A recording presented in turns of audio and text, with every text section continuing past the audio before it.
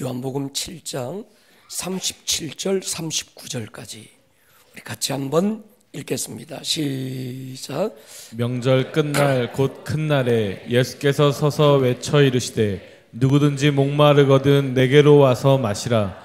나를 믿는 자는 성경의 이름과 같이 그 배에서 생수의 강이 흘러나오리라 하시니 이는 그를 믿는 자들이 받을 성령을 가리켜 말씀하신 것이라. 예수께서 아직 영광을 받지 아니하셨으므로 성경이 아직 그들에게 계시지 아니하더라. 아멘. 오늘은 더치 슈처라고 하는 미국 스프링스 하비스트 펠로우십 교회 담임 목사님이기도 하고 미국을 넘어 유럽, 아프리카까지 폭넓은 사역을 하고 계시는 깊은 영성가이기도 하고 또 탁월한 설교가이기도 한 이분의 책 하나님의 강이라는 책을 우리가 함께 나눴으면 좋겠습니다. 이분이 썼던 책이 제게 한 8권 정도 있더라고요. 그런데 참 다른 책들도 깊은 책들입니다. 지금까지 읽은 책들 가운데서 깊고 넓은 책 한 권을 소개하라면 저는 더치 슈처의 하나님의 강이라는 이 책을 소개하고 싶어요. 책을 읽다 보면 깊은 책도 만나고요. 어떤 책은 넓은 책도 만납니다. 근데 깊고 넓기가 쉽지 않습니다. 그런데 이 책은 탁월한 책인 것 같아요. 깊은 또 넓은 그런 책이었습니다. 창세기에 에덴 동산을 소개할 때 3가지가 소개됩니다. 3가지만 있었던 건 아니었을 거예요. 에덴 동산에 많은 것들이 있었겠지만 에덴 동산을 얘기할 때 하나님은 3가지만 소개합니다. 첫 번째는 아담과 하와를 에덴 동산에 두셔요. 사람을 만드신 거죠. 6째 날 하나님의 창조의 마지막 하이라이트였던 인간을 창조하고 에덴에 두었다 그렇게 말합니다. 또 하나는 그 에덴 한가운데 선악과를 두세요. 그리고 3번째 소개되는 게 에덴에서 시작된 4개의 강을 소개합니다. 창세기 2장 10절에 보면요, 강이 에덴에서 흘러나와 동산을 적시고 거기서부터 갈라져 4 근원이 되었다. 많은 이야기들이, 많은 어떤 하나님의 창조의 사역과 많은 것들이 에덴 동산에 있었지만 이 3가지를 소개하는 건 아마 이 3가지가 에덴 동산의 핵심이 아닐까요? 그 가운데 오늘 특별히 강에 대한 이야기인데, 에덴의 4개의 강물이 하나님으로부터 흘러나와서 하나님이 창조하신 온 세상을 살리는 젖줄이 된 거예요. 우리 주 예수 그리스도 십자가 위에서 그 옆구리에서 터져나와 흘렀던 그 물이 오고 오는 모든 세대 영혼을 살립니다. 요한복음 19장에는 그중 한 군인이 창으로 옆구리를 찌르니 곧 피와 물이 나오더라. 예수님께서 아버지 교회로 가신 다음 보내신 성령님은 오늘도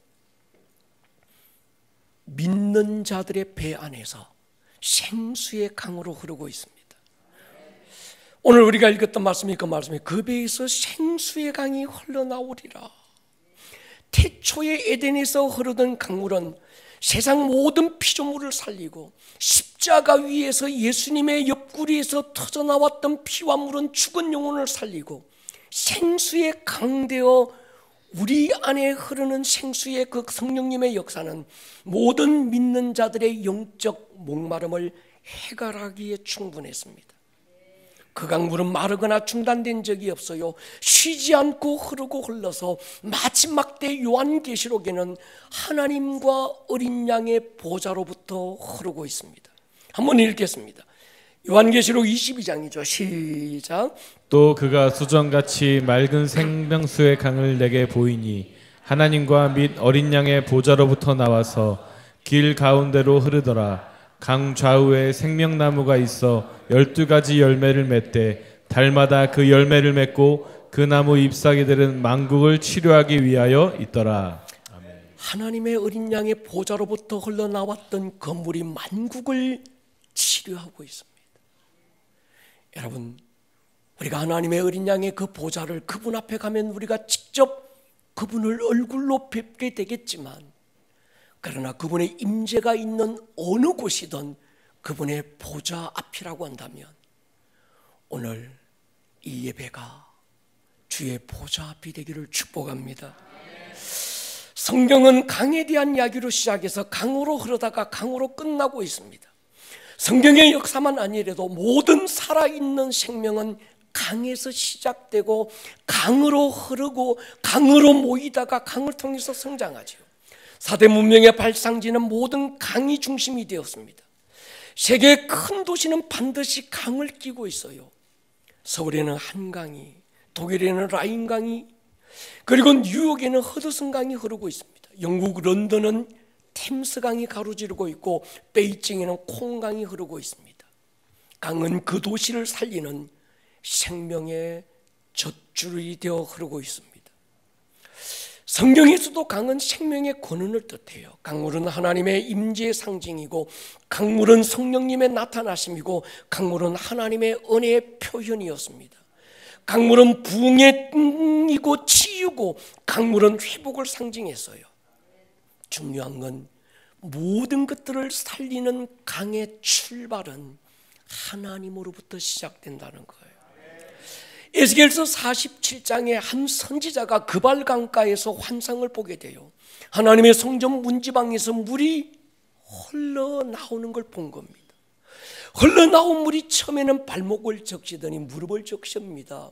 그 물은 계속 불어나서 허리를 적시고 가슴을 적시다가 더 불어나서 헤엄을 치지 않고서는 건널 수 없는 큰 강을 이룹니다. 그 물이 성전에서 시작되어 성전 문을 뚫고 나가서 광야로 흐르더니 메마른 광야에 나무들이 살아나기 시작합니다.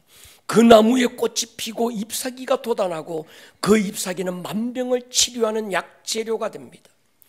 그 물은 계속 흐르고 흘러서 죽은 바다 사이로 들어갑니다.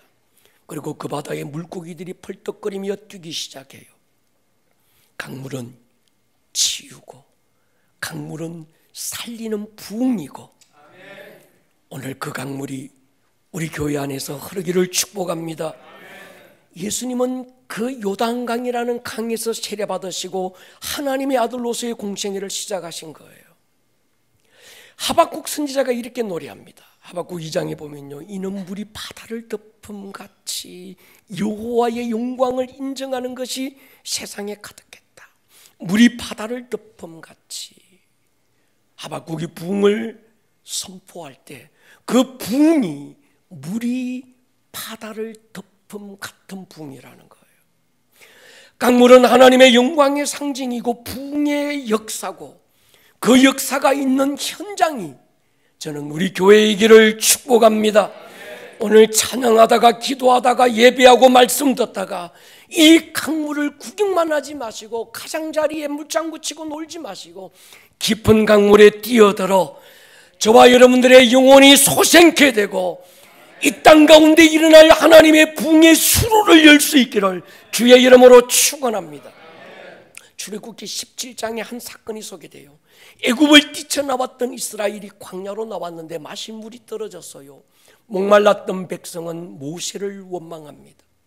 모세가 하나님께 부르짖자 하나님은 모세에게 지팡이를 들고 하나님의 산 호렙을 오르게 합니다. 호렙산에 있던 한 반석을 쳤는데 그 반석이 터져서 물이 쏟아져 나와서 강을 이루기 시작했어요.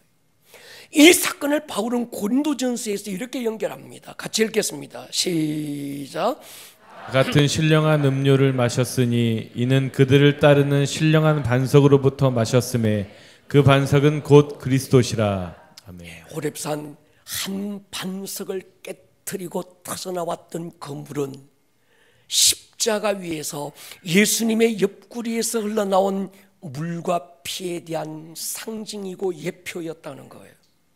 우리 주 예수님의 옆구리를 깨고 흘러나왔던 그 생수가 오고 오는 모든 세대에 죽은 영혼을 살리는 신령한 음료가 됐습니다. 우리는 예수님의 피를 힘입어 은혜의 보좌 앞으로 나갈 담력을 얻었지만 그분의 옆구리에서 흘러나온 물을 힘입어 영혼의 소생함을 얻었습니다. 목마를 리 없는 생수의 근원 되신 그분이 내가 목마르다 경험하신 목마름으로 오늘 우리는 우리 영혼의 목마름에 해갈을 느끼게 된 거죠. 헐몬산의 이슬이 땅으로 스며들었다가 땅 위로 터져 나왔던 가이사랴 빌립보에 갔을 때 그 감격을 잊을 수 없습니다. 땅 위로 솟아나는 건물이 요단강의 발원지가 되어서 갈릴리 호수로 모이고 또다시 그 요단강 줄기를 따라 시온 산들을 적시다가 사해로 흘러갑니다. 아시는 대로 사해는 다시 어디론가 흐르지 못하는 죽음의 바다라 해서 사해라 이름하지요. 아담의 범죄 이후 에덴으로부터 살리는 생명수 강만 흘러간 것이 아니라 아담과 하와의 범죄가 시작되면서 죽이는, 멸망시키는 사망의 강도 함께 흘렀다는 거예요. 예수님은 십자가 위에서 죽음의 강 사해가 더 이상 흐르지 못하도록 끊어버리신 거예요. 죽음의 강의 군원인 마귀의 머리를 밟으신 겁니다. 그리고 살리는 영이신 성령의 강수가 흐르도록 수문을 열어놓으신 거예요. 중요한 건요, 헐몬의 이슬이 강수가 되어 터져 나오는 그 현장에서 주님은 교회를 얘기하신 거예요. 내가 내 교회를 세울 거야. 시편 133편 보십시오. 곱씹을수록 교회가 보입니다. 형제가 연합하여 동감이 어찌 그리 선하고 아름다운가. 머리에 있는 포비로운 기름이 수염 곧 아론의 수염에 흘러서 그의 옷깃까지 내림 같고 헐몬의 이슬이 시온의 산들의 내림 같도다. 거기서 어디서? 교회에서 여호와께서 복을 명하셨다는 거예요. 요한복음 4장 수가라는 사마리아라는 도시에 살고 있던 한 이름 없는 여인, 그 여인의 목마름을 아시고 주님은 찾아가셔서 이렇게 말씀합니다. 내가 주는 물을 마시는 자는 영원히 목마르지 않을 거야. 내가 주는 물은 그 속에서 영생하도록 솟아나는 샘물이 될 거야. 이 여인이 끊임없는 목마름 때문에 먹고 마시고 또 먹고 했던 그 물은 먹으면 먹을수록 마시면 마실수록 더 목말랐겠다는 겁니다. 돈이 주는 물도, 세상의 명예가 주는 물도, 인기와 박수와 갈채가 주는 물도, 세상의 권력이 주는 물도 마셔보십시오. 마치 바닷물을 마신 것처럼 더 큰 목마름에 헤매게 되는 거예요. 근데 예수님이 주신 물, 생명수는 영원히 목마르지 않는 거죠. 이 여인이 찾은 우물을 히브리어로 프레아르라는 단어를 씁니다. 이건 저장된 물, 갇힌 우물, 그 말입니다. 흐르지 않는 물. 근데 예수님이 내가 네게 주는 물, 목마르지 않는 샘물, 그 물은 폐계라는 단어를 썼습니다. 이건 고여있는 물이 아니라 흐르는 물, 솟아나는 물. 그러니까 예수님께서 우리에게 주는 물은 폐계라고 하는 솟아나는 물, 끊임없이 흘러가는 물, 살리는 물인데 세상이 우리에게 주는 물은 고여있는 물, 갇힌 우물이라는 거예요. 고여있는 물이라면 더 이상 깊어질 리 없지만 솟아나는 물이라면 점점 깊어져야지요. 오늘 우리 교회 안에, 저와 여러분들 안에 생수의 강이 솟아나기를 축복합니다. 모세가 반석을 쳤다 할 때 쳤다는 히브리어, 그 예수님이 채찍에 맞았다는 그 맞았다라는 단어가 라카라는 같은 단어를 씁니다. 이 단어가 사무엘상에 또 한 번 사용되는데 다윗이 골리앗의 이마에 물맷돌을 때렸다고 했을 때 때렸다는 단어가 라카였습니다. 호렙산 반석을 쳤을 때 그 반석에서 생수의 강이 터져 나온 것과 예수님의 옆구리에서 터져 나왔던 그 생수가 하나님으로부터 왔다는 거예요. 블레셋의 장수 골리앗이 40일 밤낮으로 이스라엘을 초롱하고 하나님의 이름을 모욕하며 외친 한마디가 뭡니까? 나와 맞짱뜰 한 사람을 택해라는 거예요. 이 소리를 들은 소년 다윗이 엘라 골짜기에 가서 돌 5개를 들고 뛰어나가잖아요. 왜 5개를 들고 나갔을까요? 한 번 던졌는데 빗 맞으면 다음 쓰려고? 아니죠. 다윗은 한 번 던지는데 하나님이 물매기를 인도하실 걸 알고 있었어요. 그럼 왜 나머지 4개는 뭡니까? 블레셋에는 골리앗 같은 그인 골리앗의 동생 94명이 더 있었다는 거예요. 골리앗이 죽는 것 보고 아마 그들이 달려들면 그들도 한 방에 때릴 거라는 결단이 있었던 거예요. 그러나 성경에서 5라는 숫자의 의미는 은혜 또는 속죄라는 의미로 사용됩니다. 이스라엘에는 속죄하는 제사가 5가지입니다. 번제, 소제, 화목제, 속죄제, 속건제. 이 5가지 제사는 예수님의 우리의 죄를 속했다라고 하는 것에 대한 십자가의 비유였습니다. 예수님이 십자가에서 남기신 상처도 5군데죠. 양손, 양발, 옆구리입니다. 구속사적인 입장에서 구약의 다윗은 오실 예수님의 모형이고 그림자라면 다윗이 들고 나갔던 물맷돌은 다윗은 골리앗을 향해 던졌지만 예수님은 마귀의 대가리를 향해 던지지 않았을까요? 마귀는 대가리가 맞습니다. 여러분, 출애굽기 15장에서 애굽을 뛰어나왔던 이스라엘 백성이 수르 광야에 도착합니다. 물은 떨어졌고 어디에도 마실 물을 찾을 수 없어서요. 백성들이 목말라 하던 그때 한쪽에 고여있는 웅덩이를 발견해요. 살았구나 싶은데 그 물이 쓴물이라 마실 수 없습니다. 하나님은 모세에게 한 나뭇가지를 지정하고 그 가지를 던지라고 해요. 가지를 던지자 쓴물이 단물이 됩니다. 그 사건을 통해서 하나님은 자신을 이렇게 소개해요. 출애굽기 15장에 나는 너희를 치료하는 여호와라, 라파의 하나님이라는 거예요. 예수님의 십자가는 병들어 쓴맛 나는 우리의 인생을, 우리의 영혼을 치유하시는 라파의 하나님이 된 줄로 믿습니다. 오늘 우리 가운데 병들어 신음하는 분 아니 계십니까? 채찍에 맞음으로 너희가 나음을 입었다 선포하신 공로가 여러분 안에 경험되기를 축복합니다. 강을 이야기하면서 요단강을 빼놓을 수 없습니다. 요단강에 대해서는 여호수아를 통해서 소개가 됐어요. 광야를 다 지난 이스라엘, 꿈에도 그리던 가나안 땅을 목전에 두고 있었습니다. 그런데 그들의 눈앞에 펼쳐진 건 건널 수 없는 강이었어요. 그 강을 마주하고 두려움과 절망에 빠졌던 여호수아에게 하나님은 하나님의 임재의 상징이었던 언약궤를 든 제사장들을 앞서 강에 들어가게 해요. 여호수아 3장은요, 보라 온 땅에 주의 언약궤가 너희 앞에서 요단을 건너가고 있다. 하나님의 언약궤가 요단강에 들어서는 순간에 강물이 끊어져서 대로를 만듭니다. 우리 예수님께서 세례받기 위해서 그 요단강에 들어가셨어요. 세례는 죽음과 부활입니다. 예수님의 요단강에 들어가서 물에 잠기시면 십자가의 죽음을 말하고 그분의 죽음으로 우리가 살아난 거예요.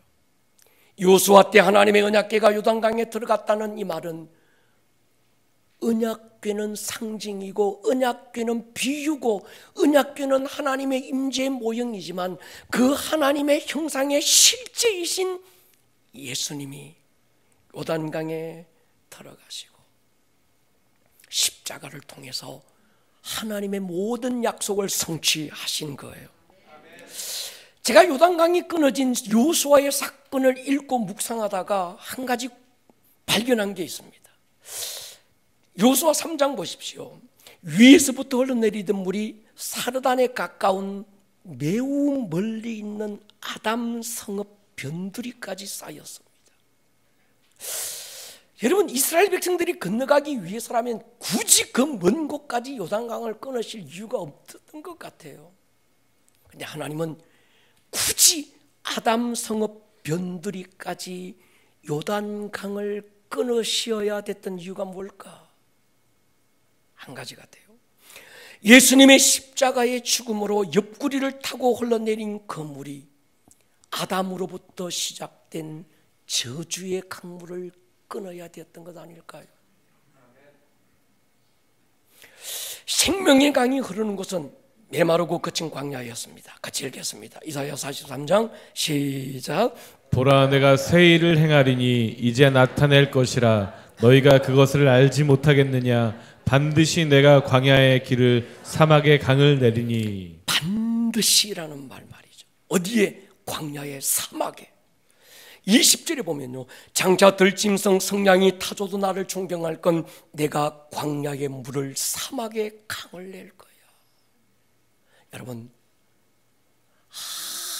물이 그친 광야도 강이 흐른다면 소망이 있지 않을까요? 아무리 건조하고 메마른 사막이라도 거기에 강이 흐르고 있다면 희망이 있지 않을까요? 하나님의 강이 정말 메마르고 삭막한 우리네 인생에 흐르고 있다면 우리네 인생도 소망이 있지 않을까요? 아멘입니까? 광야 같은 인생에도 대로가 열리고 사막 같은 인생에도 생명의 강이신 예수가 개입되고 있다면, 그 은혜가 강물처럼 흐르고 있다면 우리는 절망해도 괜찮은 인생 아무도 없습니다. 여러분, 더 기억해야 될 게 있어요. 우리가 그 생명수가 흘러가는 수로라고 한다면, 여러분, 포기하고 싶어도 포기할 수 없고 주저앉고 싶어도 주저앉을 수 없는 건 이 수로가 막히면 하나님의 생수가 흘러갈 수 없고, 막힘없는 대로가 되기를 축복하고, 우리 교회가 막히면 인천 이 도시의 생명의 강은 흐를 수 없다는 결단 하나로 우리는 포기할 수 없고 다시 일어설 수 있는 이유와 명분이 되는 줄로 믿습니다. 오늘 우리가 읽었던 말씀의 본문을 주의 깊게 한번 묵상해 보십시다. 먼저는 예수님이 이 말씀을 선포하신 타이밍입니다. 명절 끝날 곧 큰 날에, 초막절이죠. 이스라엘은 3대 절기가 있습니다. 오유초, 오순절, 유월절, 초막절. 유월절은 이스라엘이 애굽에서 노예로 살다가 해방된 날을 기념하는 절기. 이건 비유인데 예수님이 흘리신 피로 마귀에게 종로로 닫은 우리를 해방시킨 십자가에 대한 예표였습니다. 오순절은 유월절 다음 날부터 숫자를 세어서 50일째 되는 날입니다. 우리나라의 추석 같은 절기죠. 그 오순절에 성령님께서 초대교회에 강림하시면서 영적 추수의 절기를 열어놓으셨습니다. 유월절과 오순절은 늦은 비와 관련이 있어요. 성령님께서 늦은 비로 오셔서 영적 추수의 강물을 이룰 것입니다. 제가 이스라엘에 가보고 깜짝 놀란 게 있어요. 엊그제도 자꾸 제 안에 이스라엘이 생각나서 여행사 전화해서요, 혹시 이스라엘 들어갈 수 있나요? 그러니까 그 실장 되는 그분이, 목사님 갈 수는 있는데요, 헤즈볼라하고는 좀 이게 휴전 협정을 맺었는데 아시는 대로 이쪽에 가자 지구에 있는 이 여기하고는 아직도 전쟁 중이라서 목사님 조금 불안하니까 한 2, 3월쯤에 한번 가시면 어떻겠냐고 그러더라고요. 여러분, 이스라엘에 가면 늦은 비의 시즌이 있고 이른 비의 시즌이 있습니다. 비가 딱 2번 와요. 근데 우리가 가는 그때가 이른 비의 때 10월달 11월이었어요. 근데 비가 오니까 우리는 다 우산 쓰고 다녀요. 근데 이스라엘 가서 우산 쓰고 다니는 사람은 다 한국 사람입니다. 유대인들은 비가 온다고 우산 안 씁니다. 비를 축복이라고 생각해요. 하나님이 주시는 축복은 맞아야지 왜 그걸 우산을 쓰고 거부하냐는 거예요. 그래서 우리도 우산 다 버리고 비 맞으며 다녔습니다.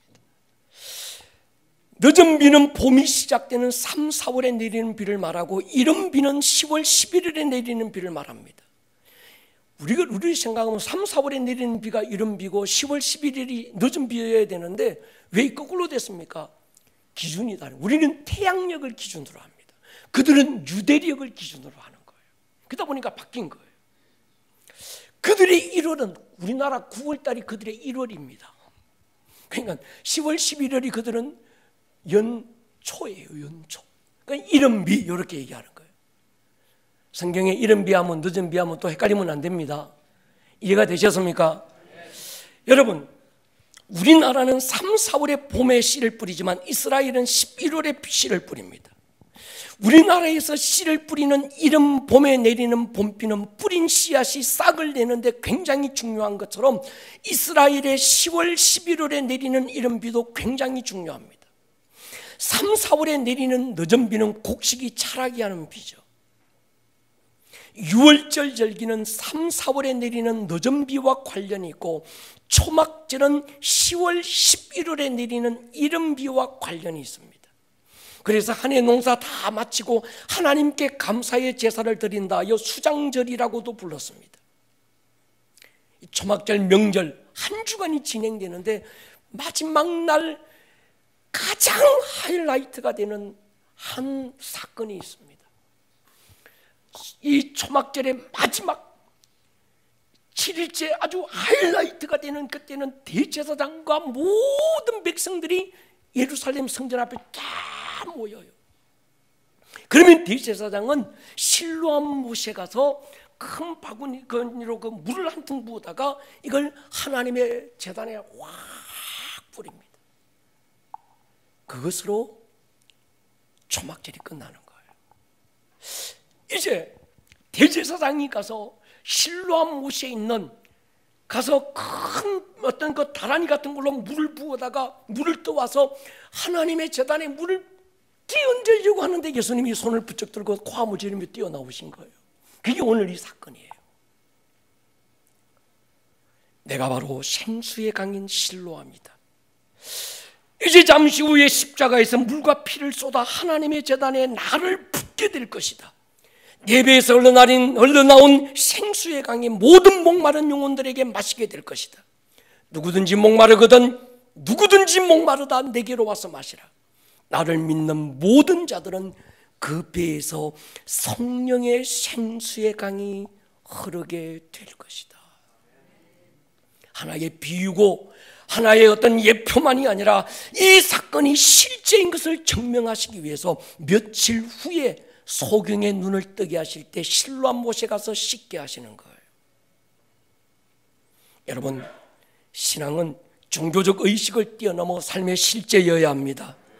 예수님이 생명의 강이라는 건 종교 의식이나 비유나 형이상학적인 상징이 아닙니다. 그분이 생수의 강인 건 성령이 오늘도 우리 안에서 흐르고 있는 생수의 강인 건 실제고, 아멘입니까? 사건이고 영원한 하나님의 생수입니다. 성전 기둥 안에서 흘러나온 물이 발목을 적시고 무릎을 적시고 허리를 재고 헤엄치지 않고서는 건널 수 없는 강이 돼요. 그 강물이 광야에 흐르니까 메마른 광야가 살아나고 강 좌우에 죽어갔던 나무들이 다시 잎을 피우기 시작하고 꽃을 피우고 열매를 맺기 시작합니다. 그리고 그 물이 흐르고 흘러서 사해로 들어가니까 죽었던 바다가 살아나고 고기들이 펄떡거리고 어부들이 고기를 잡기 시작해요. 생각해 봤습니다. 왜 이 말씀을 환상을 보여주셨을까?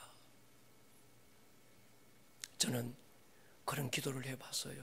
하나님, 많고 많은 교회들이 있고 수많은 교회에서 하나님께 예배드리고 있지만 그 교회 어딘가에서 살리는 생수의 강이 터져나오는 교회가 얼마나 될까? 그저 잘난 사람, 가진 사람, 힘 있는 사람, 똑똑한 사람은 모여있는 것 같은데 하나님의 임재가 없는 예배, 생수의 강이 흐르지 못하는 어떤 그런 예배 현장은 없을까? 내가 어느 교회를 만나면, 내가 어느 예배 현장을 찾아가면 그 예배 현장 한 기퉁이에서라도 생수의 강이 흐르고 터져나오고 있는, 그래서 그것이 거기서 끝나는 것이 아니고 풀어나서 모여있는 모든 성도들의 영혼을 채우고 이것이 그 안에서 고여서 썩는 것이 아니라 성전문을 차고 나가서 이 도시에, 이 땅에 메말라가는 수많은 땅들을 적시고 살리는 교회가 어디 있을까? 그 한 교회를 찾고 있다면 하나님 우리 교회를 발견해 주십시오. 할렐루야. 그렇습니다. 여러분, 성경에 나오는 한 부자가 음부에서 목이 말라 처절하게 부러지는 장면이 나옵니다.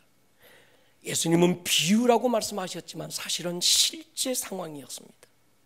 나사로가 낙원에 있는 게 비유일까요? 음부에 있던 그 영혼이 음부로 갔던 것이 여러분 비유요 모형일까요? 실제인 거예요.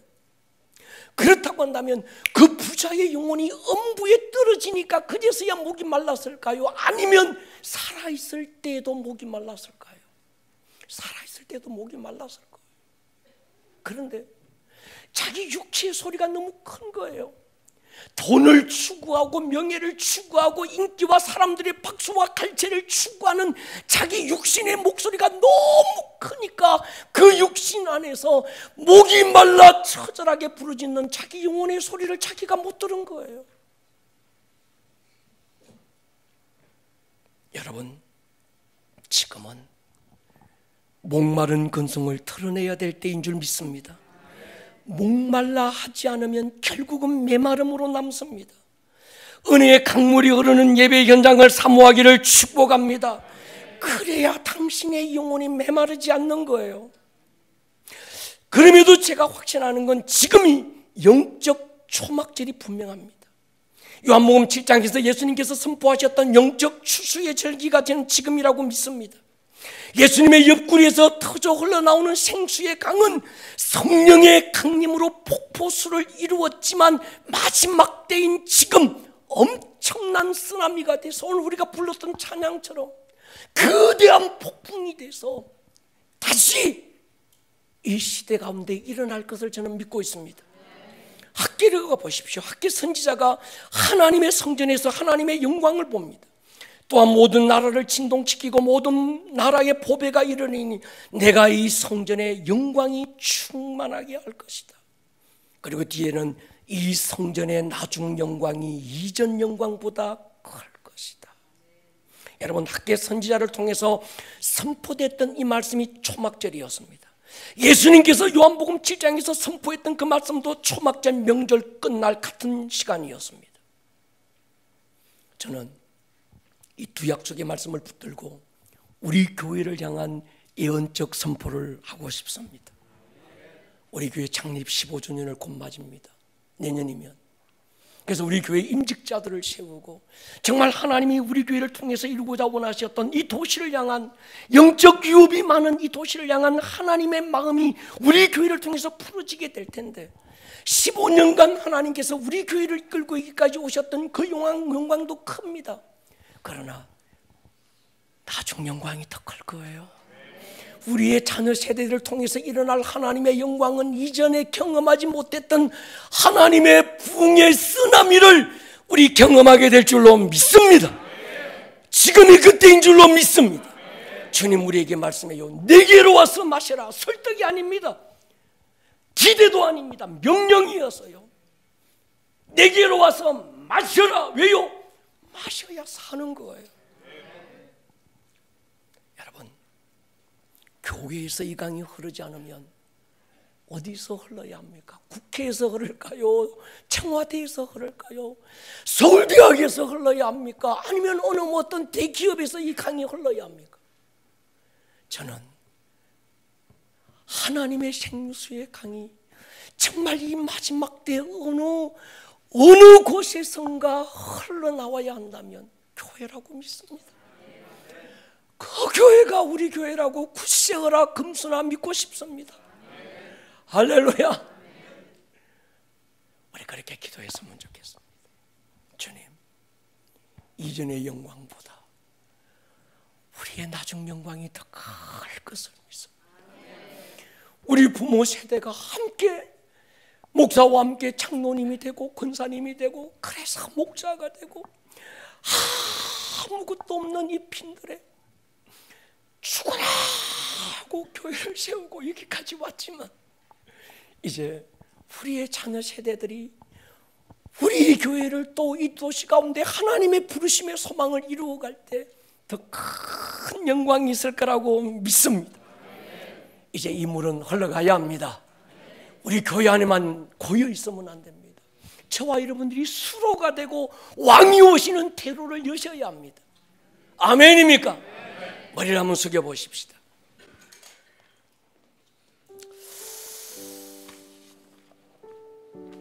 사랑하는 여러분,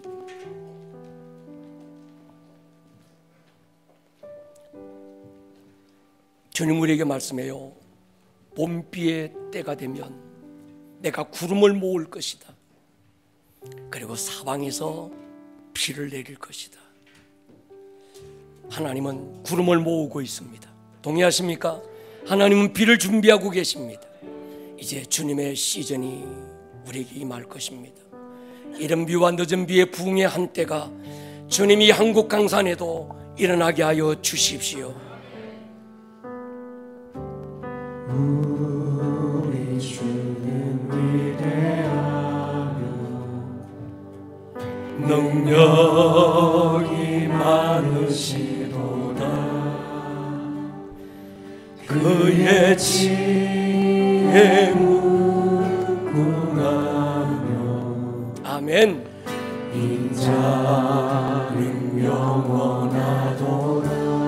상한 자들 고치시고 상한 자들 고치시고 상처를 싸매시도다. 별들의 수를 세시며 이름을 붙이셨도다. 그가 구름으로 너를 덮으시며 나를 위하여 준비하시니 예루살렘아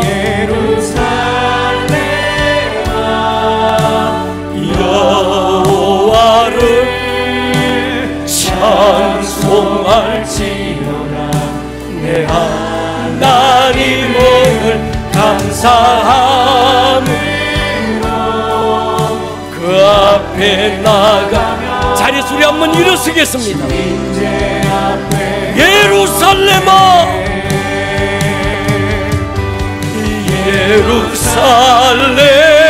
예루살렘아 여호와를 찬송할지어다. 내 하나님을 감사함으로 그 앞에 나가며 주 임재 앞에 우리 주여 한번 부르고 통성으로 기도합니다. 주여. 오늘 들었던 이 말씀이 듣는 말씀에서 끝나지 않고 여러분들의 삶에 살아내는 말씀으로 생명력 있는 말씀이 될 수 있기를 주님의 이름으로 다시 한번 축복합니다. 온 하늘